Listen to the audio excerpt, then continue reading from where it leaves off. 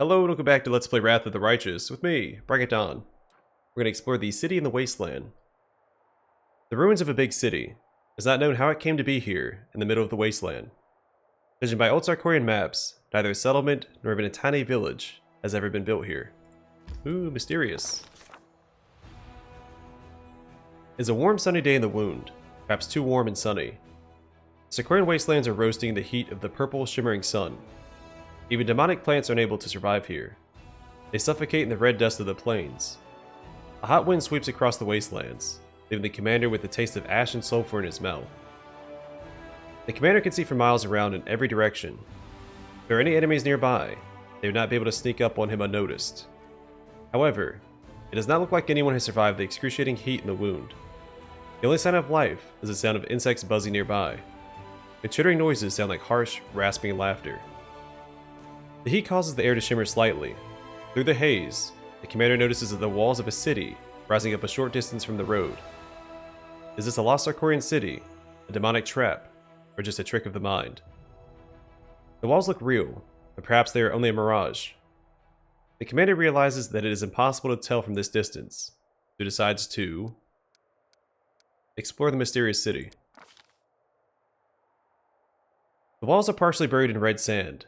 As the commander draws closer, he realizes that this is not a city, but the sun-bleached remains of a Sarkorian settlement. The buzzing grows louder, and the commander can see the Vestibulars perched on the stone slabs as they bask in the sun. The husks of their dead kin crunch beneath the commander's feet with every step. The commander notices rotten wooden pillars covered in faded Sarkorian runes. The tops of the pillars have been gnawed into sharp points, making them look like long wooden stakes. The highest of these pillars seems to be a signpost in the middle of what used to be a busy crossroads. The passage of time has worn away all but 3 words on this signpost: Square, Marketplace, and Gem.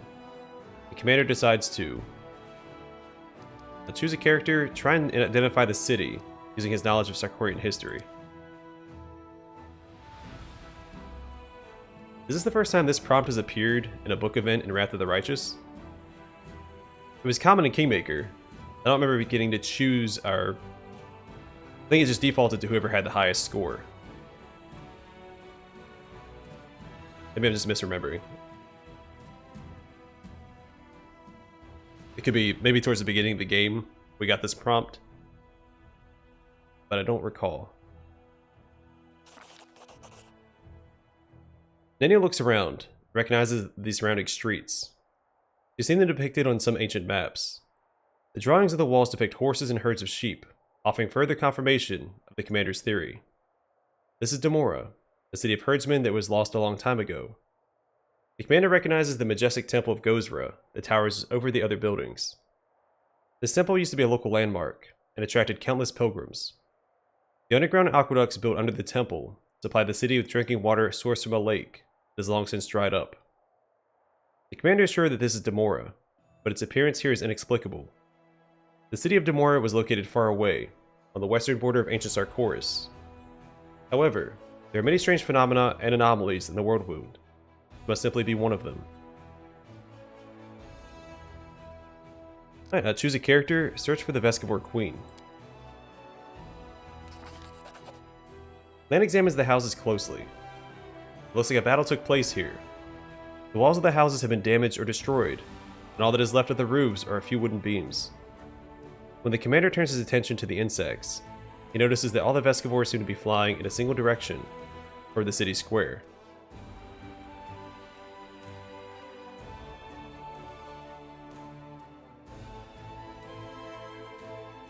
Alright, so I'm not sure what to do. I could go to the square and confront the queen, but if I do that, it's possible it'll kick me out of the book event, and I might miss the loot down these 2 paths. But also going and confronting the queen first might allow us to explore these 2 paths without being attacked by the Vestibulars.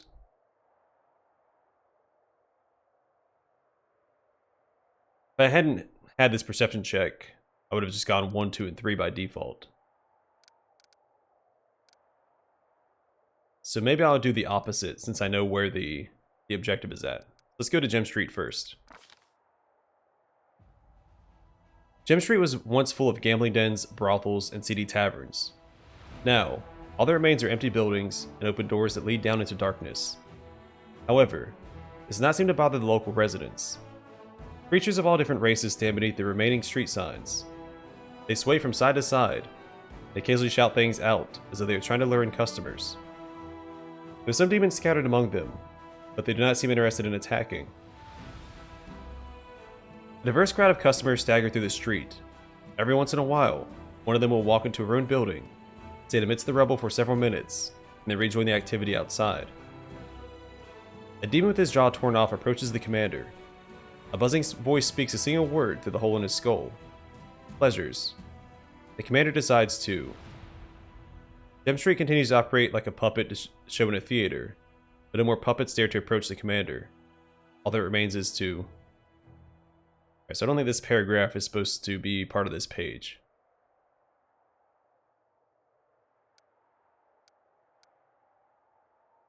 So ask the dead demon what kind of pleasures this place can provide. The demon doesn't answer. The buzzing, squirming Vestibular gather in the dark recesses of its empty eye sockets. Their movement is hypnotizing.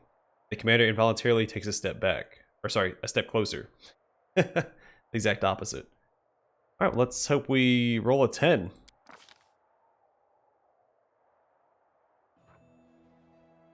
Of course. The foul stench of the demon's rotting corpse is replaced by the sweet, flowery scent of perfume. The buzz of the Vestibular sounds like the song of cicadas on a hot summer's day. The demon's ugly visage transforms into the face of a beautiful woman. Her thick, full lips curve into a seductive smile. She promises every pleasure that the esteemed guest desires. But pain suddenly brings the commander back to reality. The Vestibular have left the demon's eye sockets and are swarming all over the commander's face. They bite and gnaw at his unprotected skin. However, when the commander comes to his senses, they quickly scatter, as if given the order to retreat. And Gem Street continues to operate like a puppet show in a theater, but no more puppets dare to approach the commander. All that remains is to... turn around and go back. After returning to the crossroads, the commander decides to... We lost the square option. Maybe it's going to make us get to the marketplace and then to the square. I start the marketplace. As the commander moves further into the city, he hears the hum of voices, and the sounds of conversation coming from the marketplace. It seems the city is still inhabited. The commander heads toward the market square, sees creatures of all races trading with one another. Demons and other creatures scurry around between the stalls in the Sunbaked Square. Sunbaked Square, not basked. The hot wind carries with it the foul stench of rotting flesh. As the commander gets closer, he realizes that the customers and vendors are only pretending to trade. They move around aimlessly, occasionally shouting out incomprehensible nonsense. Not incomprehensibly, like it says here. Many of them are missing limbs, and a few are even headless. They pick up pieces of rotting flesh from stalls piled high with body parts. Some of them try to attach these putrid limbs to their bodies, while others stuff the rancid flesh in their mouths.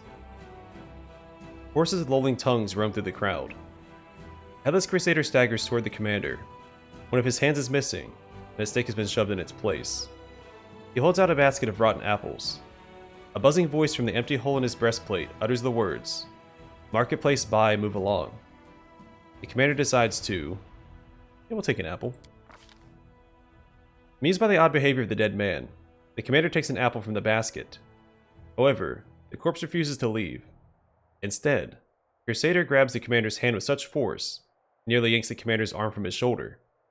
"Pay the market price," whispers the buzzing voice from within the armor.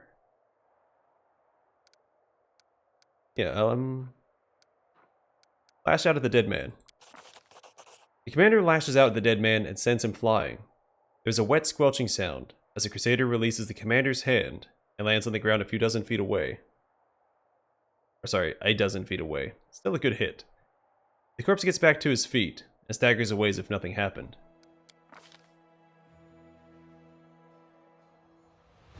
We just read all of that. Turn around and go back. After returning to the crossroads, the commander decides to... I don't get to go to the square. Hopefully we can come back to the city. We've read all that. Read all of this. Alright, let's go to the square. The winding street that leads to the square is lined with partially destroyed houses. Many of them only have 3 walls, and others are nothing more than piles of rubble. The commander notices more and more Vestivores flying around. The air is filled with a strange, acrid smell. The square is completely empty. The doors of Gozer's temple swing open. A woman emerges through them and begins to limp toward the commander. She's stripped to the waist, and looks as though insects are squirming beneath her skin. Livor mortis has discolored her withered, shriveled flesh, turning it into a blotchy purple color. She opens her mouth to speak. The words come out in a low buzz. It is neither masculine nor feminine. Rebbe Vezor welcomes you, esteemed guest. Please make yourself at home. The woman falls silent, then collapses to the ground. A small swarm of Vestivores flies out of her motionless corpse. The insects hover near the commander, as if waiting for him to follow them. The commander decides to follow the swarm. The swarm flies through the air, unhindered by the obstacles on the ground. The commander has to climb over debris and walk through partially collapsed buildings to follow the buzzing insects. Finally, the swarm flies down into a blissfully cool dark hole beneath one of the walls. It does not look large enough for a person to fit through. The commander decides to choose a character, examine the walls, and try to find another way underground.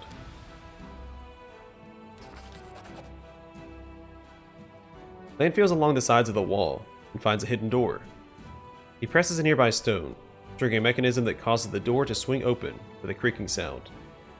The cool damp air of the underground passage goes good against the commander's hot skin, but the chittering of the Vestivores becomes even more intense.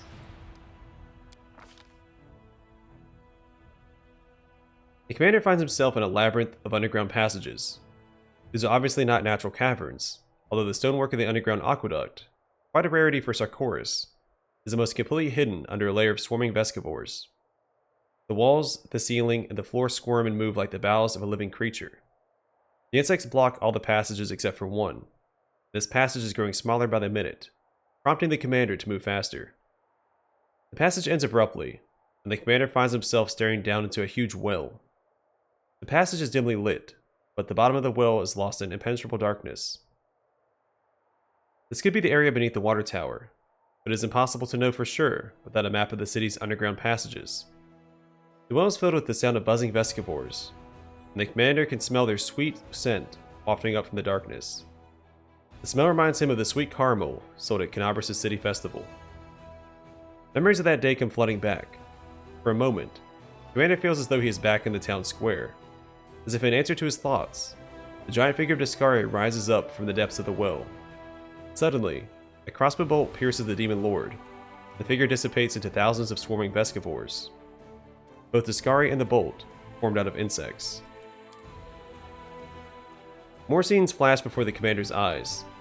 Ash and smoke fill the skies during the battle for Dresden, leaving a sour taste on the commander's tongue. Both familiar and unfamiliar people and places appear for a moment, then vanish. As if some unknown creature is trying to see into the commander's mind and access his memories. Yet the creature seems tentative and cautious, almost as if it is seeking the commander's permission. The commander decides that it is time to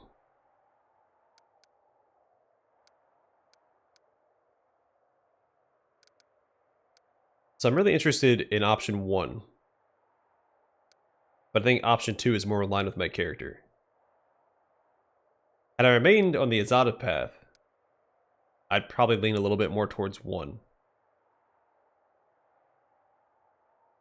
There's a couple other paths I think would also choose 1.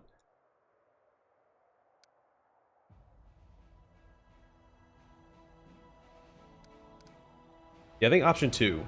My character is very much in the realm of fighting against things that are trying to invade his body.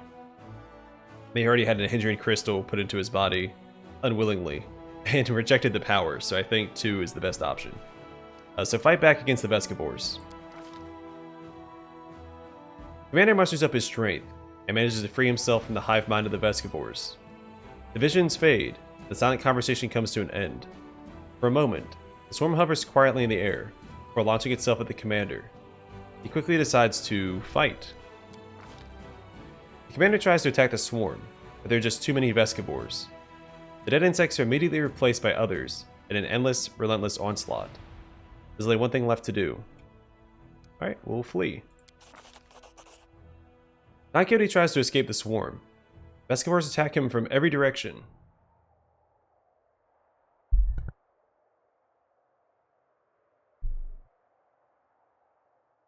Excuse me.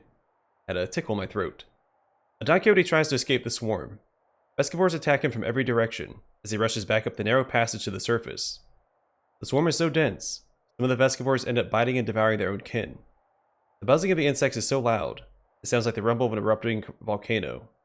Yet somehow, Don Quixote manages to escape unharmed. The commander gave the swarm the information it wanted.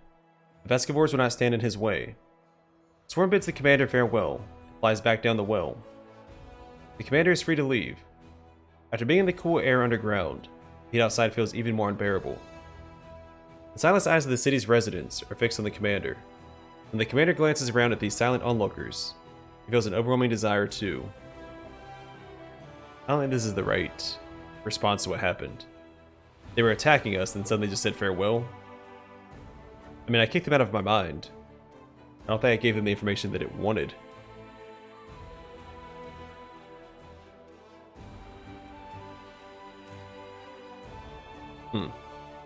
Well, let's burn this place to the ground.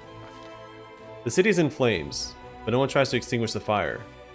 The Vestibulars simply leave their shelters of flesh behind, and fly up into the air to observe the conflagration.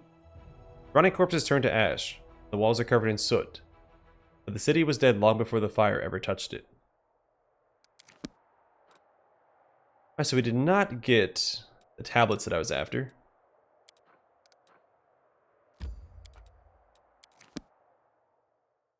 And we got no loot from that either.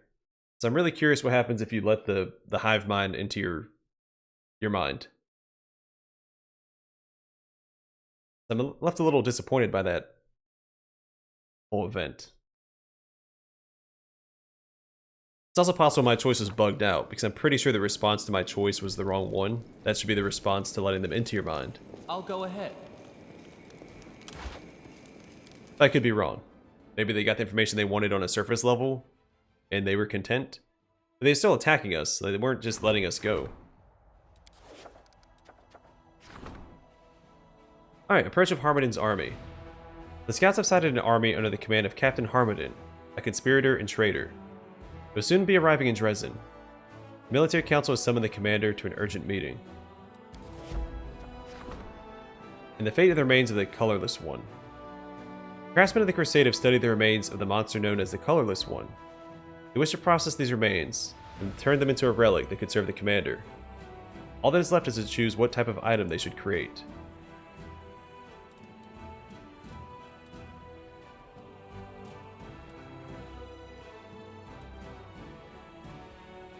I have no idea.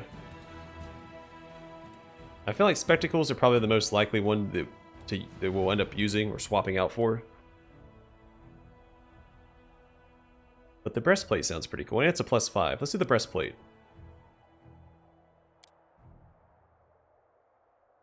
Alchemists melted down the Colorless One's remains, trying to save as much of the precious materials as possible, and from them, crafted a solid crystal breastplate.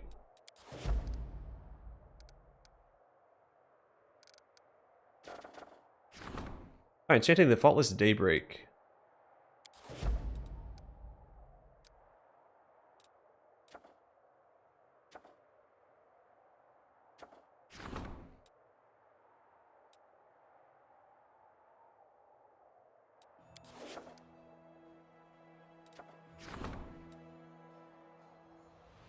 Alright, let's acquiring unclaimed property. Mendev has accumulated a great number of abandoned homes, deserted estates whose owners perished in the war, and derelict farms left by terrified peasants. The commander's servants will venture out to claim all unattended property and refill the Crusade's coffers.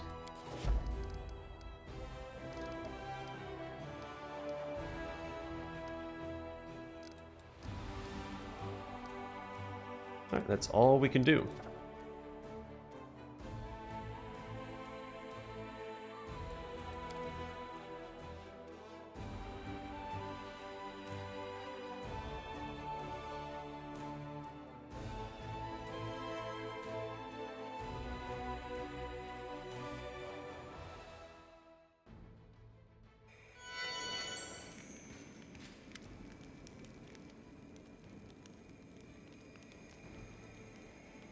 The assassination attempt still had 4 days to go, didn't it?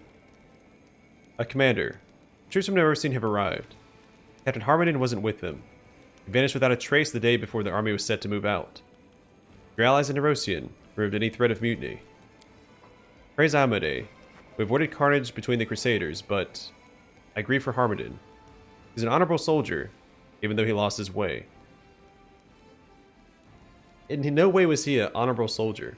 He went against his liege's or lady's command by attempting a mutiny, what, 4 or 5 times? It's not the definition of honor. The heart of the mutiny has finally been cut out. I'm satisfied. When the war is over, we'll drink to old Harmonin, just how kind it was of him to die without interfering with our plans. However, there is also the important matter of what to do with the officers drawn into Harmonin's conspiracy. Did they pose any danger? None. They were unaware of the crime they were supposed to commit. I can't deny the possibility that they would have followed Harmonin's orders, as they spent many years under his command. But he's gone now, isn't he?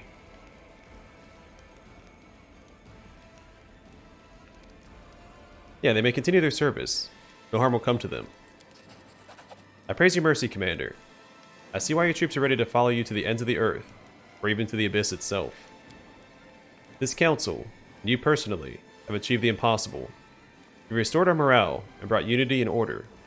You never listened to malicious detractors and stayed true to your cause, working one step at a time, building a determined and unshakable army, one that can defeat the forces of the abyss. A few years ago, none of the Crusaders could have even imagined that the cause would amass this kind of power. At times, you built your war machine through very unconventional methods, but it'd be foolish to deny their effectiveness. The results speak for themselves. Your army is a thing of beauty, alright. You can't buy one like it with money. It's built by unique talent. Perhaps you're a genius in that regard. On second thought, forget I said that. No need to spoil you with praise. Why can't spoil you? I wasn't putting the L in there. I was trying to combine the 2 words. I'm sure that no one will ever dare to plot against you, Commander, or even doubt you. Let's put an end to this mutiny and deliver the final blow to the abyss. Lead us forth, Commander. I'll think about it.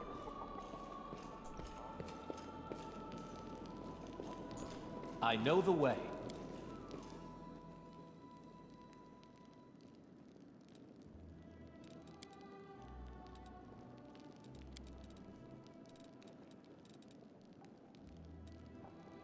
Have you thought about what you're going to do after the war? Demons don't know what peace is. I am still trying to grasp the idea that evil and suffering can come to an end.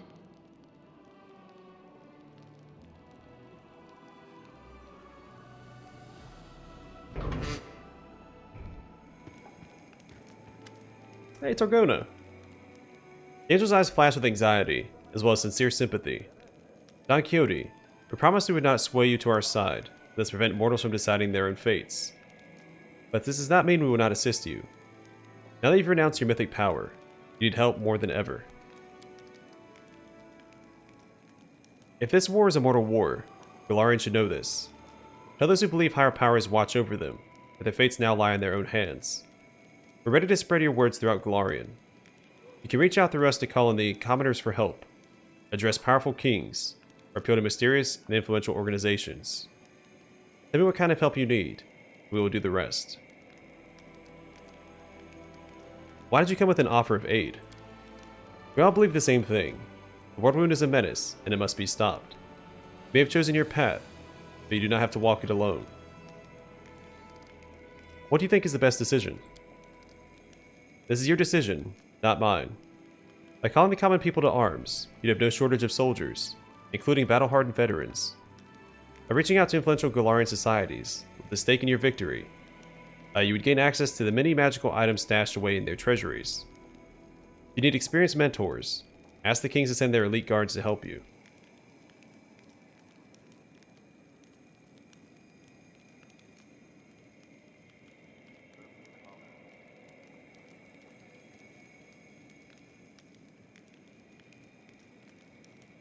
The split between 2 and 4.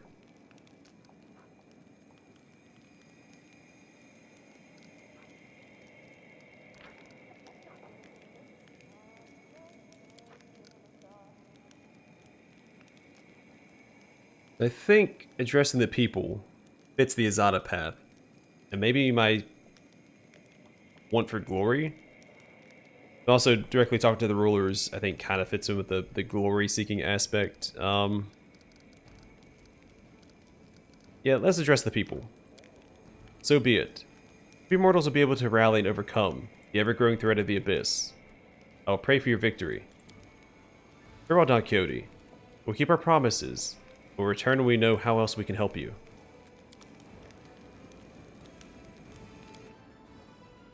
So is she leaving after she gave some advice? Alright, so 3 days until that decree is done. We can head out towards either Hylor's or Sealkind's quest. Then we'll do Sealkind's first, and then we'll save Hylor's for last because there's been a lot of build-up to the Spinner of Nightmares. Follow my lead.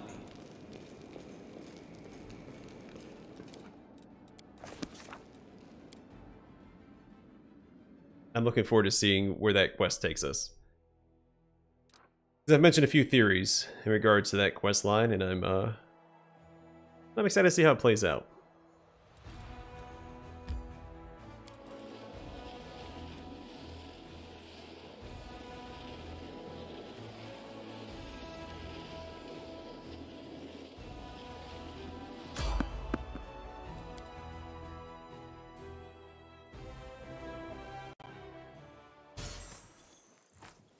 I need to concentrate. Becoming distracted leads to becoming dismembered. Our victory is certain.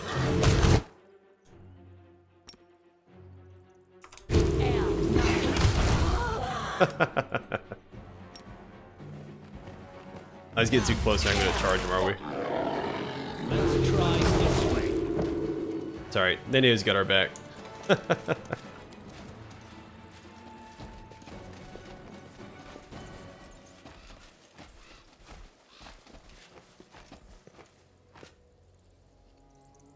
The Nabasu was charging towards us. It's like, oh no!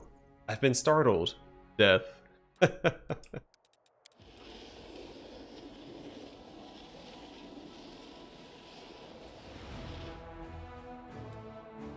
was just gonna get there. I'm not gonna rest. Maybe I should have rested. Because now I can't charge.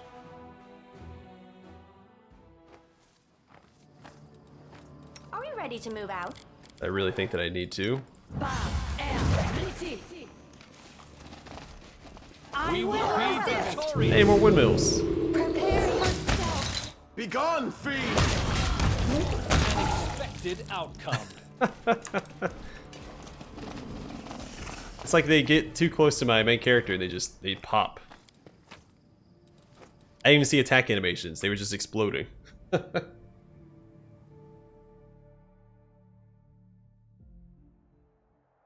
And if Legend Mythic Path is supposed to be weaker because you're giving up your mythic powers, I can't imagine what the other paths are like.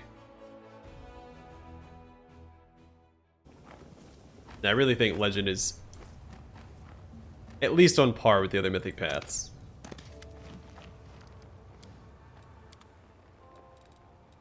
Alright, so Barding of Vengeance. I think we've read this before. Whenever the wearer of this +5 leather barding suffers 30 or more damage in a single hit, he gets the effects of Winds of Vengeance spell for 1 minute. I don't know what that does off the top of my head.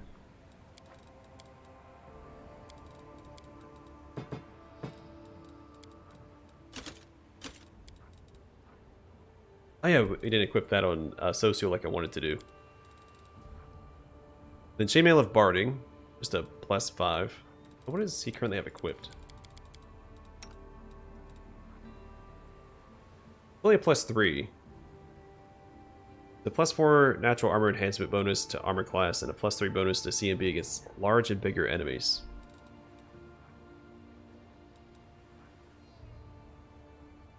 I'd like to see what Winds of Vengeance does before I make that choice.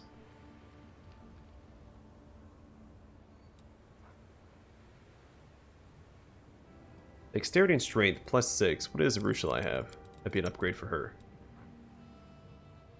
Yeah, let's get that for her. And then dexterity and constitution would be good for Regil, but we're not using him, so I'm not going to waste money on it. Killing pace. This plus 5 speed composite longbow allows its wielder to add half his ranks in mobility as a competence bonus to damage on a successful hit. Okay, Lan.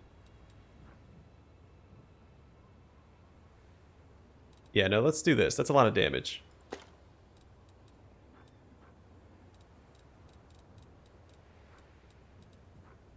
Frozen Scales. We've read that before. But just in case we'll read it again. This plus 3 scale mail barding grants its wearer fire resistance 10 and partial concealment against ranged attacks. I haven't read that. I'll remember the partial concealment. The belt of beastly sturdiness. This belt of constitution plus 4 also grants its wearer plus 4 competence bonus to CMB on bull rush and overrun combat maneuvers, as well as immunity to trip combat maneuver. I do remember that one. At least the immunity to trip. Maybe another item gives that. The quiver of flaming ammunition. The owner of this quiver can use it to shoot 20 units of flaming ammunition per day. Flaming ammunition deals additional 1 to 6 fire damage on hit. The demons have a resistance to fire, so I don't know how effective that would actually be. And it is a plus 5, but this one also... The barding he currently has equipped also offers a natural armor.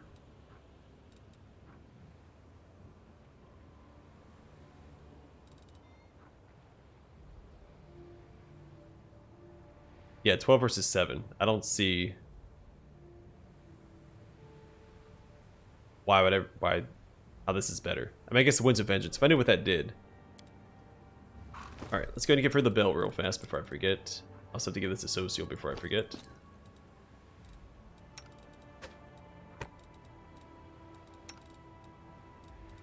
And Lan gets a new bow. Looks awesome. And Winds of Vengeance. It's not something I've ever used. I have no idea what level spell it is.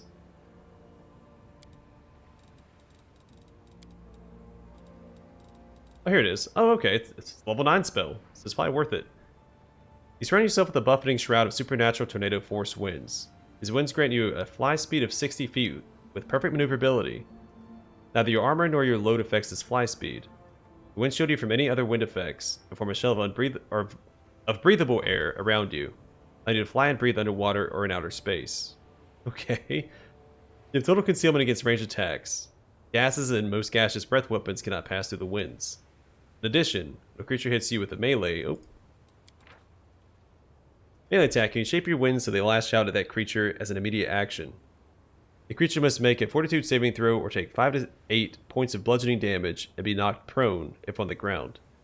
On a failed save, huge flying creatures are checked, and large-sized or smaller flying creatures are blown away instead of knocked prone. On a successful save, the damage is halved and the creature is not knocked prone, or checked, or blown away.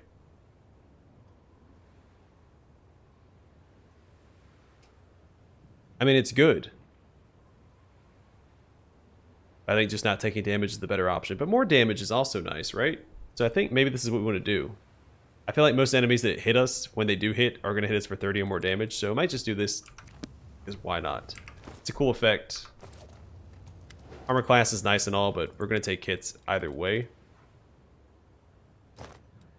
Let's do this, and then we'll sell that. Who knows, it might even look different. It's light armor. Gosh darn it. I didn't see that. Well, you know what? It's fine. We'll make it work.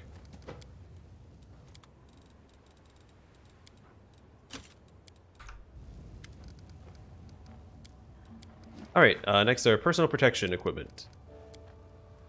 Next time we run into them. Let me double check and make sure I did that right.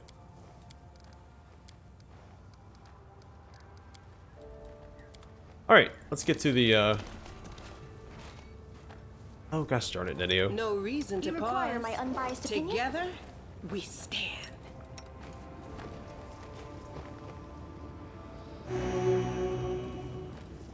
Search for the beauty with your heart, not your eyes.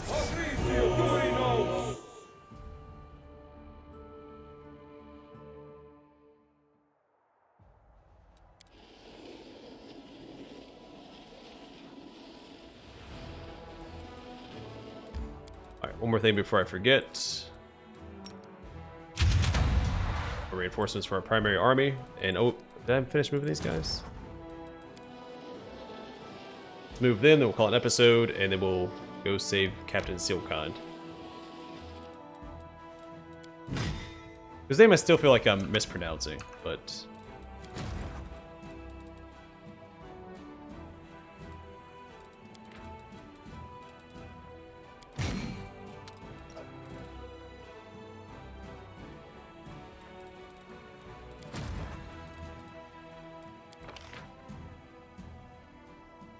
where is that army at?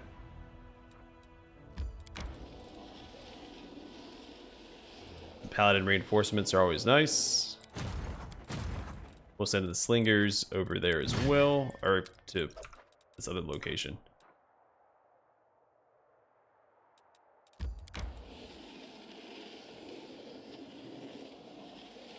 $250. That's a ton of conscripts.